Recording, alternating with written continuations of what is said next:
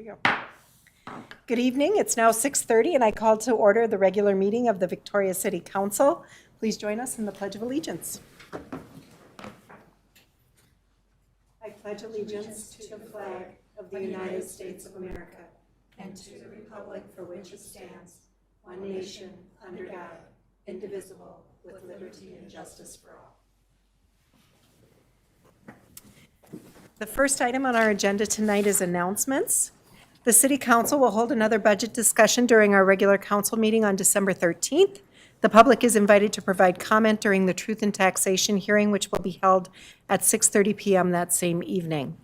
Our next council workshop is also scheduled for December 13th at 5 p.m. Staff will provide council an update on the City Code Review Project, and Sheriff Cameroon will be in attendance to discuss the Carver County Sheriff and the City Partnership. All meetings of the City Council are open to the public and held in the council chambers at City Hall, unless otherwise noted.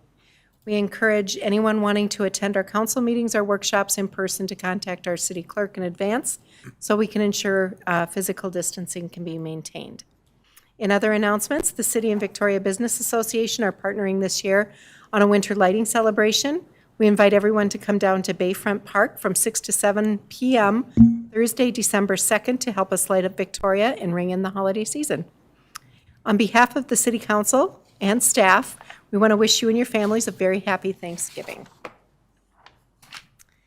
Next, we do have a proclamation this evening, which I will read from the dais.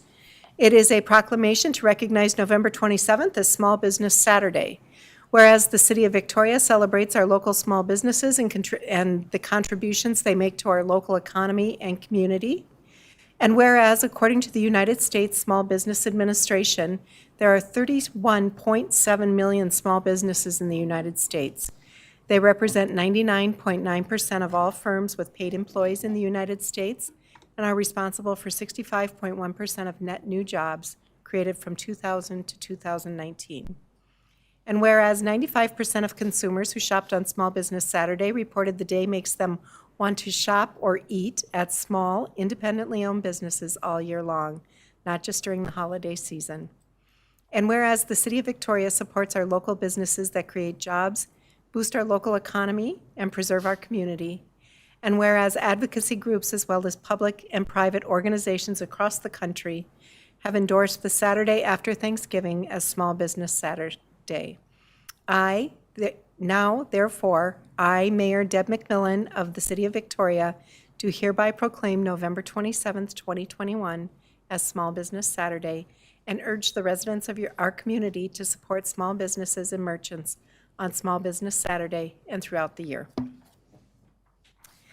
The next order of business is to adopt the final agenda. Council, can I have a motion to adopt the agenda? Motion to adopt the final agenda. Second. We have a motion and a second. All in favor signify by saying aye. Aye. Aye. Any opposed? Motion carries. We will now move on to our next item, and that is the open forum. Open forum is the opportunity for anyone to address the council on an item that is not on the agenda and not in application form that will be coming to the council at a future date. No one has registered in advance to speak, but if there is anyone in the audience that would like to address council, please let me know now. Anyone in the council chambers that would like to address council? Seeing no one, we'll move on to our next item, which is the consent agenda.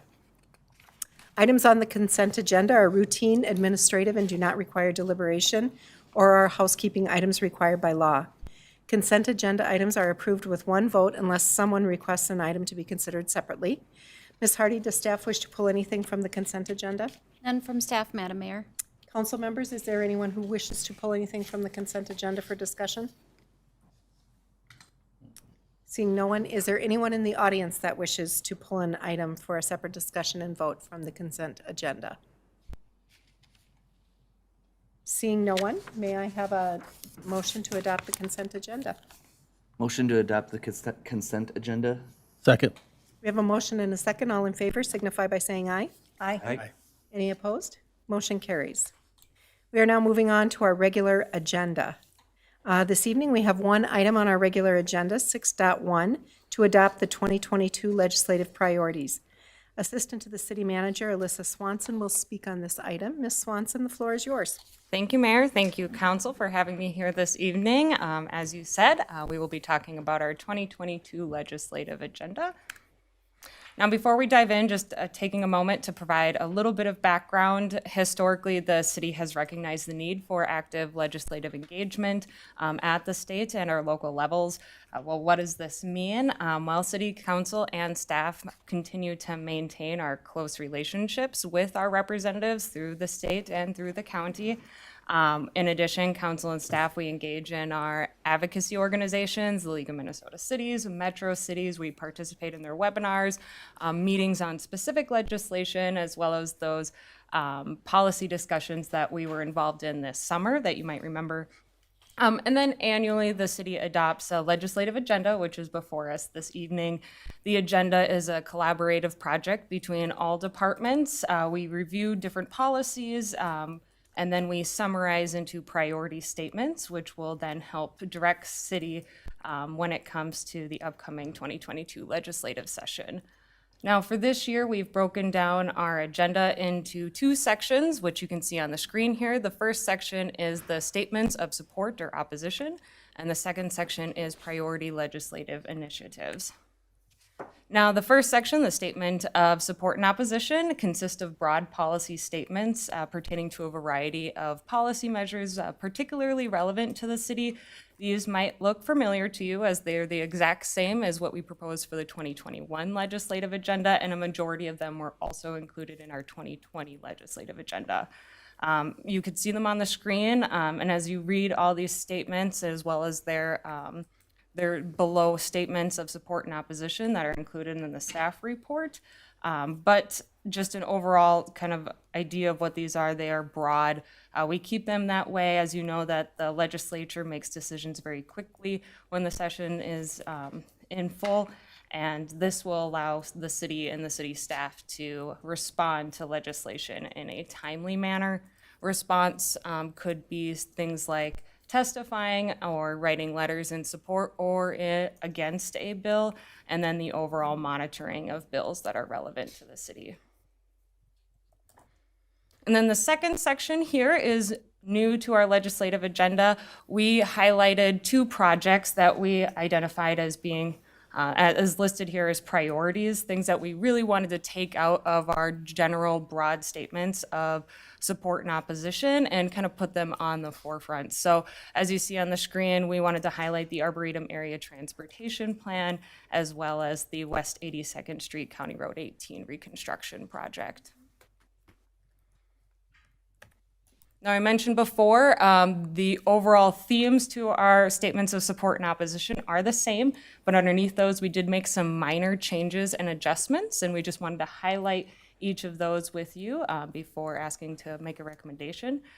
To start us off, we have under the effective service delivery, a statement of support that we added for the improvement to recruit efforts for law enforcement that meet today's applicant demands without lowering standards. And I am going to toss the baton to the other side of the room, City Manager Dana Hardy, to speak more to this. Thank you. Mayor, members of the council. So the sheriff has been talking to communities. As you know, we contract with the sheriff's office for police services, and I think we've been talking about this in public meetings, but if you've seen the national news, police departments across the country are struggling to find individuals to go into the profession and just people to stay in the profession. So as people are retiring, there's not a lot of people who are coming along behind that. I think he shared that nationwide that the number of individuals graduating high school and choosing to go into this profession has decreased 40% just over the last few years. And then you couple that with the number of retirements and just what's happening nationally with police departments and people just not being in the profession. They're really finding it challenging across the profession to recruit people and to get people to want to come into the profession.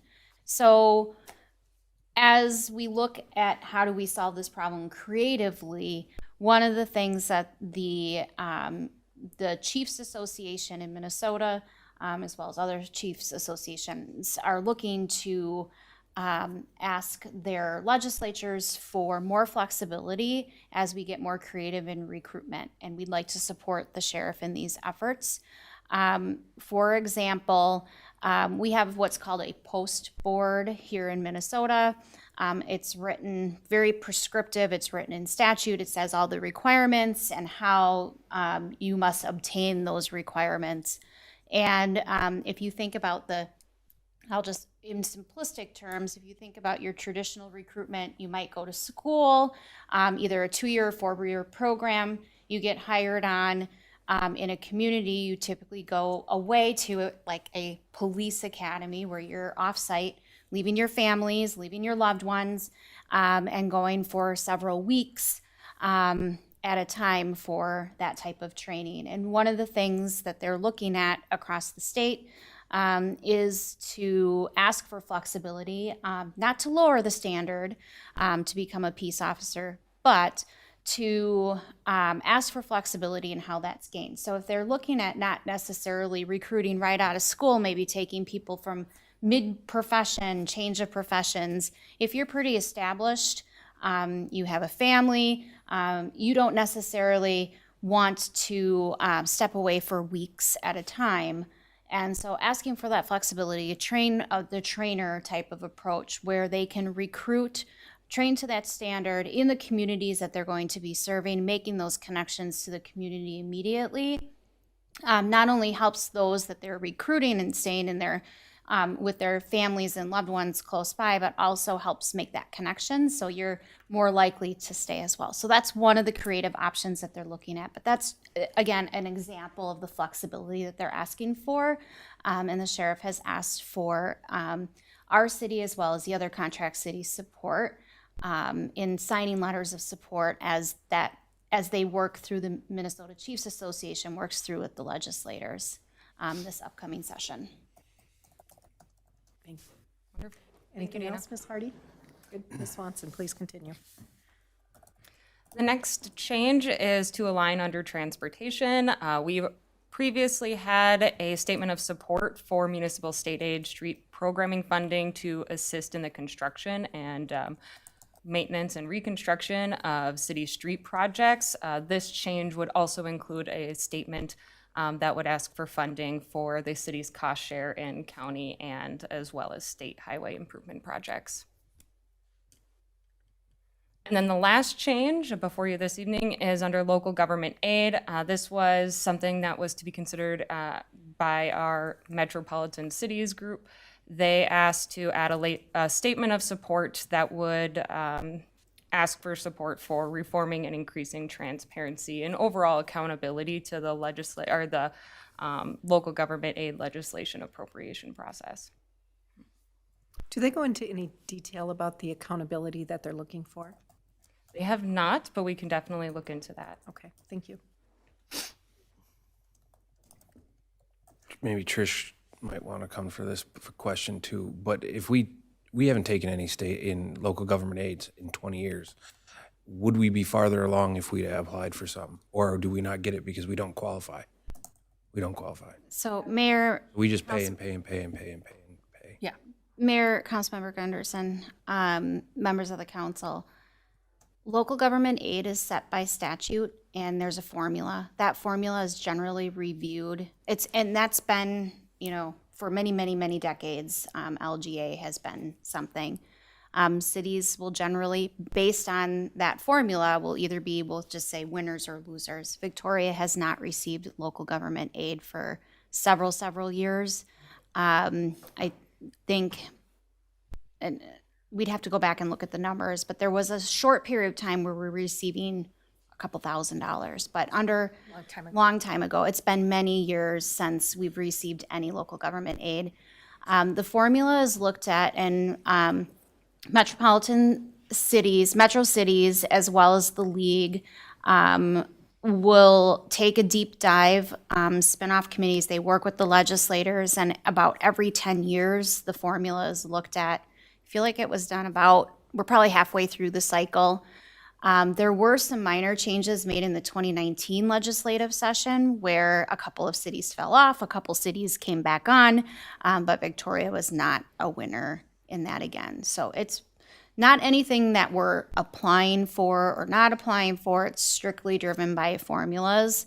The conversations that I've been part of both at the league and Metro Cities are focusing on transparency around the formulas and how those are decided. Thank you. So, but local government is in the $500 million. Are we looking I don't know what it is statewide? I off the think top the of my number head, that but we can get you that in number. here was somewhere in 500 million to almost $1 billion, in that range, I think, in that period of time between 2002 and now, for all municipalities, and we weren't able to qualify for any to do a local project. Well, and local government aid is not project-based. It's local government aid, and correct, I'm looking over at these people who have a lot more information than I do, but it's based on providing a certain level of service to all communities who have shrinking or tax bases. So if you think about communities in greater Minnesota who are losing population and tax base, and So they're like, you guys are good. Don't get me wrong. Coming off the finance committee, it was a badge of honor to not have it. I just want to make sure that people understand the immense amount of money that gets spent on local government aid, that we're not shrinking. We don't need it. It's not something we ever budget into our budget at all. Yeah, it said never to do that. So, I mean, that people sometimes don't understand our budgeting process and don't understand what we do to get there. So local government aid is something that they want to talk about but don't know anything about. So getting it out there is nice to know. Educational, yeah. any other thoughts? All right, Ms. Swanson, carry on. Yes. So if and when our legislative agenda is approved, we will be passing this on to our county and state representatives. In addition, we will be hosting a legislative breakfast or discussion with those representatives on December 6th at 9 a.m. at Charleston Meadows Rehabilitation Center. They are all going to be joining us for that event, so it will be very good discussion on our legislative priorities and agenda. And with that, staff recommends a motion of adopting the 2022 legislative agenda as drafted. All right, thank you. Council, questions? Seeing no questions. Councilmember Black? I'm good. Seeing no questions, then I will entertain a motion. Motion to adopt the 2022 legislative agenda. Second. We have a motion and a second. Is there any further discussion? All in favor signify by saying aye. Aye. Aye. Any opposed? Motion carries. Item 6.2 is our third quarter strategic plan update. Presenting again this evening is Ms. Swanson. We're working you hard this evening. Well, glad to be here, Mayor. 1 second here.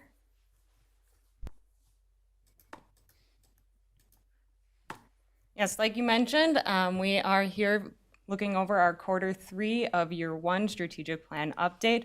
Earlier this year, Council, we approved the city's 3-year strategic plan, which included the 8 priorities on the screen. Each quarter has and will continue to provide these updates on the progress on this plan. There is no motion for this item, just to note, and this evening we are just reviewing the progress made during Q3. So underneath those 8 priorities, we have 123 initiatives or items/projects that have been identified by council to see completed by the end of these 3 years. So far, the city has completed 20 of these 123 initiatives. It's also important to note that 7 out of the 20 you see on the screen are annual or reoccurring. An example of this would be the annual budget review, passing of the budget book, or reviewing our policy manual. So we'll see those come back up again during these 3 years. I will note that we don't count them twice. The next thing to note is that we have 7 initiatives that are considered ongoing. These are projects like the launching of the Community Builders Program or the Volunteer Program. They are considered completed as of when they were completed according to the strategic plan update. However, they are progress. We are going to continue progress as staff to market and continue these programs. And then last to note, out of the 103 left, we have made progress on 80 of these initiatives. A full progress update can be viewed in the staff report, but I would like to hop over to our quarterly spotlight next. 1 second, drag it over. So quarterly spotlights were something that was created in Q2 of this year. You can find them as well as just our strategic plan dashboard on the city website. If you go to ci.victoria.mn.us, for those at home, you can hover over the governments tab and it will bring down this drop down and you can click on strategic plan. And from there, we have a link to view the My Sidewalk dashboard strategic plan update.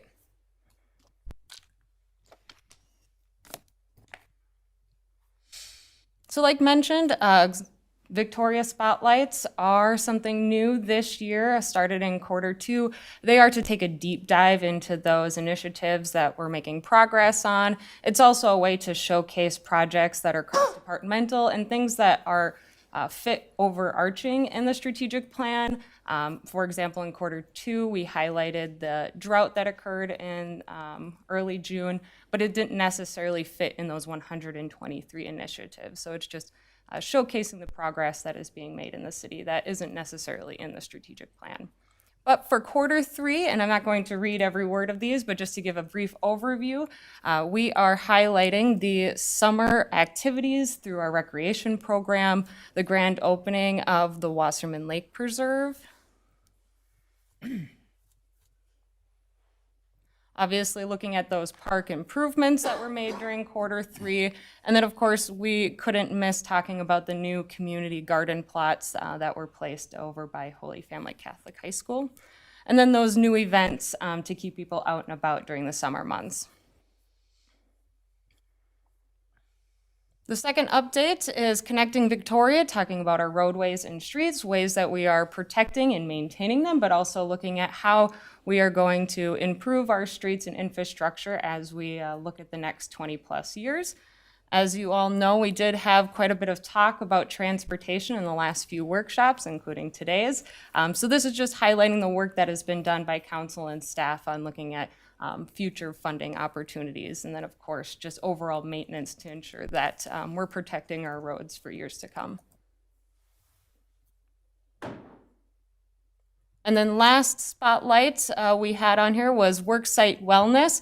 As we identify that employees are our most valuable assets, we want to keep them healthy and of course happy. So something that we launched this year and in Q3 was our internal wellness program or committee, and we've turned it VicWell. VicWell takes a look at policies. They've created a wellness room that you can see in the picture here within City Hall, which is a space not only for nursing mothers that need a healthy space to do that, but also a place for people to take a mental break to maybe do some meditation or need to relieve a migraine, things like that. It can also double as a space if you're feeling ill. You can step in there and get away from the rest of staff before you have to head home. And then we also want to highlight our mini spotlights. Of course, we're still continuing our budget discussions, very important. We also in Q3 launched the golf cart and ATV pilot program, and then last but not least, the Victoria Farmers Market concluded. So with that, I will stand for any questions, Mayor and Council. Terrific. Thank you for that great update. Council, any questions or comments for staff? I just have one. Yeah, Councilmember Black. How's the volunteer program working? Great question, Councilmember Black. We've had some success with our volunteer program. Of course, we're still promoting and hoping that we're going to get more people involved. We did have 2 great volunteers that helped at the Kirklocken Park to clean that up. If you saw some photos, they remulched the area and they've been continuously weeding. We also have a new volunteer at City Hall, Nancy Swanson, that's been doing a lot of scanning under the city clerk's office and just overall helping review some documents. So it's been going really well so far. So you need more. Well, we always need more. Okay. And volunteers can sign up right from the city's website. If you want to, Absolutely. we'll point it out here while we're, I can do that, Mayor. So again, if you go to the city's website and you go and hover over the residents tab, we're going to have this button here that's for Volunteer Victoria. Under Volunteer Victoria, it is a one-stop shop for any volunteer activities in the community. You can review different volunteer programs that we have available, as well as look at opportunities that aren't necessarily in the city, places like the Friends of Victoria Library, WeCab, and then the Humanity Alliance. And of course, if you have any questions, staff is happy to answer, and you can contact us again through the website or by calling our main number. terrific, thank you. Council, any other questions, comments? Have you got any feedback about the dashboard? I think it's great. Just wondering if other people in the community are going and looking at the progress that we're making. Great question, council member. We have not gotten direct feedback about the dashboard. Of course, we always launch it on our Facebook sites, and I guess I should rephrase.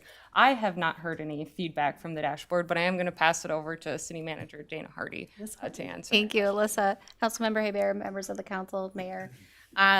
Yes, we actually have gotten a handful of feedback from residents, a couple Victoria residents when we first launched it, but also some neighboring communities. So we've heard from Chaska and Chanhassen residents as well, that they appreciate the transparency and really like the metrics. So you can take the feedback that we've gotten is you've got really high level information, but you can drill in and continue to drill in and take a deep dive into those topics that interest you, or just kind of skim and get a sense of what's happening in the community. The other piece of feedback that I received was that the charts and graphs that are on there are interactive.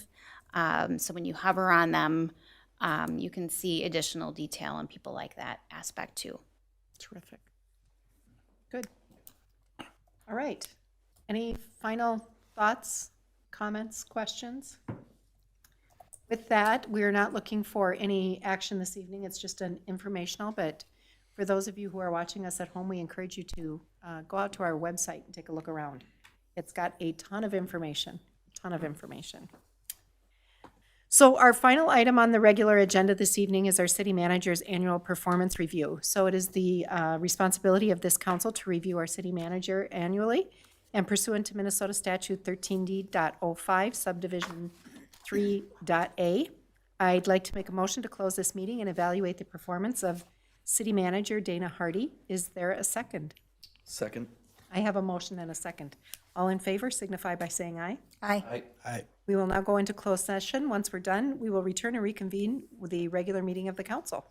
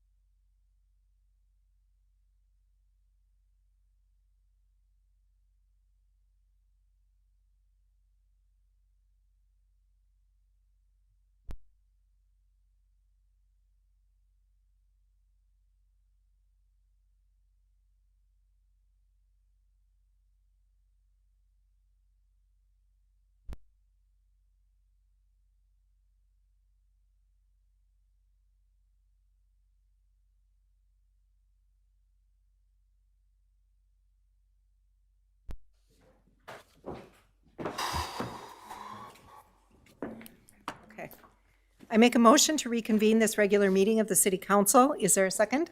Second? I have a motion and a second from Councilmember Roberts. All in favor signify by saying aye. Aye. Any opposed? For the public's benefit, I will now read a statement summarizing our closed session. In closed session, we considered the city manager's performance evaluation. We directed staff to provide a 7% increase to the city manager, holding steady her car, cell phone allowance, and current benefits package, and no change to her PTO.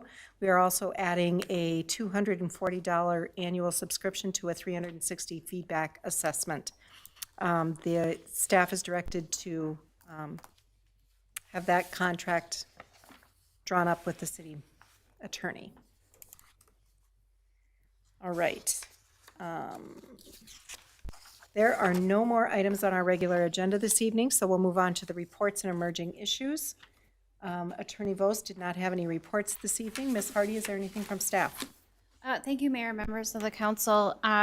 Attorney Vos did just ask us to note that MetroNet, who had previously made application for a cable franchise in Victoria, has withdrawn their application to extend cable television in our community. However, the company has conveyed that they would continue to work with, and so they intend to do that and move forward, and we'll continue to work with the company on that. I should note that this is not reflection on Victoria. It is a company-wide decision, so where they didn't currently have design essentially started, or the groundwork started, they're withdrawing their applications and no longer pursuing cable television services. Okay. Any other reports from staff? Nothing else, Mayor, thank All you. right, council member, any reports? Councilmember Black? I have something that, I know that council received a copy of the letter from the Carver County Public Works regarding the speed limits.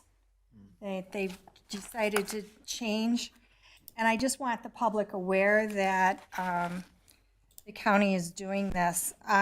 They looked at 43 and decided that they were going to keep it at 50 miles per hour. However, in the Highway 11, from 18 and 43 to 5, which we have a speed limit of 30, they're insisting on 35 miles per hour. And I don't know if we have any kind of, can we write a letter? Can we do anything? Is that considered urban or rural, that street? Councilmember Black, Mayor, members of the council, I'm not sure what the classification of that road is, but under state statute, because that's not a local road, the process for evaluating or looking at speeds is very prescriptive, and it's in statute, and that authority lies with MnDOT. Right. And so if there is a request to look at speed limits, one of the things that we will say to residents, this was prior to us having local control over our streets, but you'll hear the county say this too, that there's certainly a risk because the speed limit could go up or it could go down or it could remain the same. But the MnDOT on all roads except for local roads will conduct that study, and they have the statutory authority to do that and make those changes. And once they make that recommendation, there's really not a lot any jurisdiction can do. Well, the reason I was wondering is because, it said, look at the site. So I went to the site, and it said that streets in urban districts is 30 miles per hour. And I know that the residents, what do we get most of our phone calls about? People speeding. And especially with now, we're having to share our one police officer. Now it's even created a bigger burden on us and the residents for their safety. When you go from 30 miles per hour to 40, which is what they'll probably be doing, if you get hit by a car at 30 miles an hour, 45% of you are going to die. At 40 miles per hour, 85% are going to die. At 20 miles per hour, 5% die. I don't know where they're coming up with these formulas, if they're talking about public safety. This isn't public safety. So I don't know if this is something that can be added to our meeting on the 6th, but they're changing the signs on, I think they said the 13th. I think that's correct. Anyway, they need to stay out of it. So, I just wanted to know, does council agree with me, or do you think that it was like, oh, well? It's fiction, and it's not anything that we have any control over. So, I mean, I certainly think as a citizen with concerns, you can take those concerns to MnDOT, but as a council, we really don't have any jurisdiction over that. I think the big takeaway still is, right, exactly what Dana said, is when people make their complaints about the speed limits and want speed studies done, again, there's no guarantees it's going down. It could go up, right? Because that Well, they seems to did be that what to they're doing. 11 going south. They Right. cranked it up to what, 50, 55? But I mean, that's why we've said we shouldn't do a speed study in past, because we're afraid that that's exactly what's going to happen, right? Is it's going to go up. And so I think that's a Well, little I don't bit even know takeaway. how they're figuring this stuff out. It doesn't even make sense. Data do they get to make that decision? Well, they wrote the letter and it was a bunch of 85% blah, blah, blah, blah, blah. But, you know, and I knew that they had started some sort of a focus group to look at their statutes and their rules, but when they come here and tell us that we have to go from 30 to 35, I mean, come on. What is that? You know what I'm talking? Yeah, You I mean, look it's confused. counterintuitive because you're going directly into downtown. It doesn't make Right. sense to go up by We're- 5 miles per hour. You know, it's like this long. Well, let's just, But there's nothing we can do about it. and because of the speeds that they've set for us, we have to put in medians and lights and spend $500,000 to get people safely across the street because of the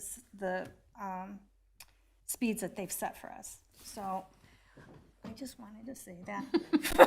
It's noted. Councilmember Black is outraged. So just so you know, I'm not happy. It is Coming for you. I hear you. I hear you. people can go slower on their own.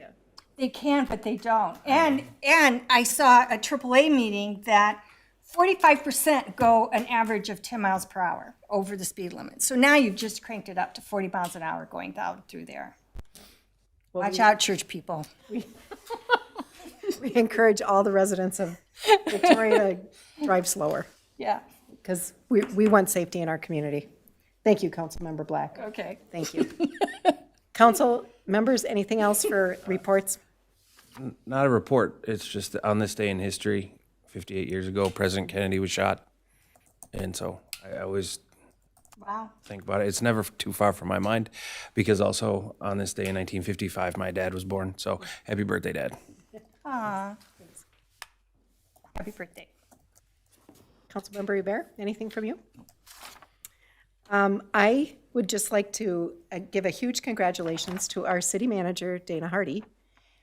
She is one of only 100 honorees of the inaugural Modern Governance 100 for Community Boards program. These professionals have proven to show strong leadership in driving meaningful change and demonstrated dedication and resiliency to achieving the mission in these recent challenging times. So congratulations to Dana. I also want this public to know that Dana is only one of about 1,400 city managers in the world, not in the nation, in the world, to hold an International City and County Managers Accreditation. This is a pretty rigorous program that she's gone through, and she gets reaccredited every year. So thank you to her. She has earned the respect and admiration of this council, and we are thrilled to have her leading our community, and it is a pleasure to work alongside her. So congratulations to Dana. Yay. Look at her blush. With that, There are no more items to come before the body this evening, so I will entertain a motion to adjourn. Motion to adjourn? We have a motion. Can I get a second? We have a second. All in favor signify by saying aye. Aye. Aye. Any opposed? Motion carries. We are adjourned.